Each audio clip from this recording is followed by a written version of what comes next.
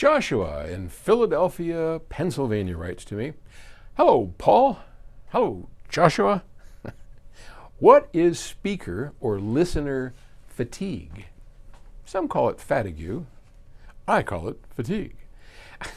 I can't say that I've ever experienced speaker fatigue during my decades-long audiophile journey until recently. Honestly, I want to know if it is me and if my ears have changed or perhaps something else. Reviewers have mentioned from time to time that they did or did not find speakers fatiguing.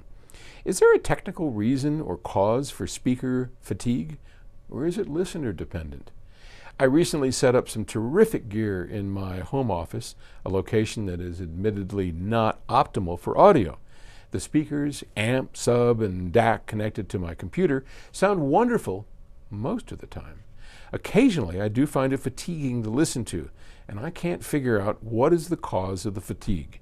Is it the speakers, which have a wonderful resolving ribbon tweeter, decay of a vintage amp, or the condition of the room, the source material, or the old guy doing the listening? It's surely that old guy doing the listening. Well, it's hard to say because, one of the problems I'm doing these videos is I'm answering questions for people that I haven't actually experienced it. If I was in your room, I could tell you almost surely within moments, oh, that's why.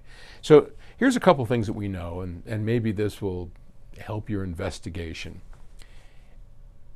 Speaker fatigue can happen. There are fatiguing speakers.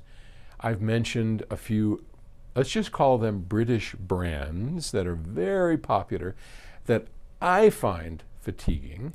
And in that instance, and I'm not going to name names because everybody gets all wiggy and jiggy and like, you just don't like them. And no, I don't. I just don't like them. But those British speakers have a bit of an aggression on the upper part of the mid-range. That's right about where the transition between the mid-range and the tweeter happen. And I find over time that exaggeration at that frequency can be very fatiguing to me. And it makes me over time want to turn the volume down. Okay, now that is definitely speaker fatigue. I'm sure it hits everybody differently, but those kind of anomalies in the frequency areas that I'm speaking of can be very fatiguing. And usually it's not the tweeter. It's almost never the tweeter. It's almost always the upper part of the mid-range that tends to be fatiguing. It's in that 2, 3, 4 kilohertz region, somewhere up in there. That is a very tough region to have too much audio energy. Let's just put it that way.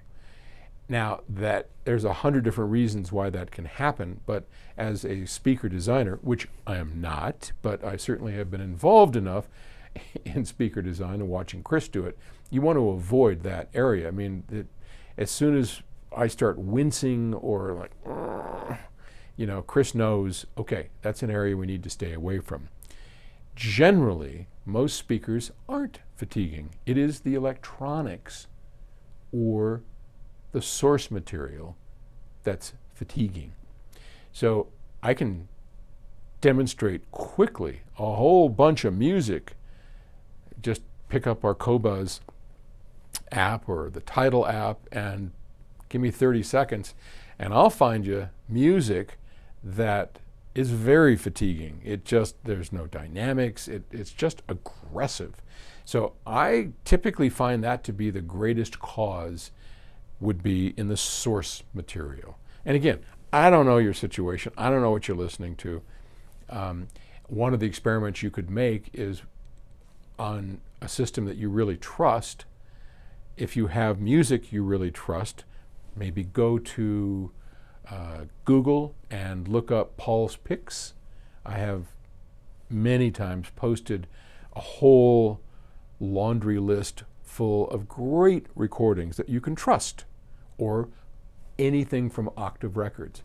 Buy anything out of our label and you can trust that. It's one of the reasons we started the Octave Records label.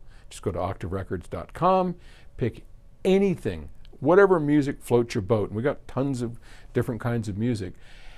It will not be fatiguing in the least, and it'll have great dynamic range. It's music you can trust, and that's really important. That's where I'm trying to get to.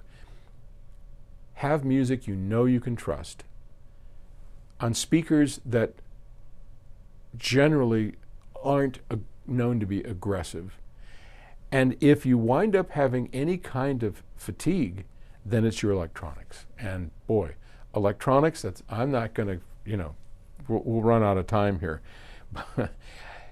So much can go wrong in electronics, and so many pieces of electronics from companies that are well renowned are at the end of the day just fatiguing.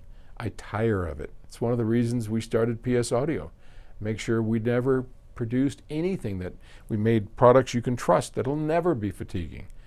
So it's either the speakers, the source material, or the electronics. And I would always start with source material first, electronics second, and lastly, speakers. Hope that helps. All right. Thanks for the question. Take it easy.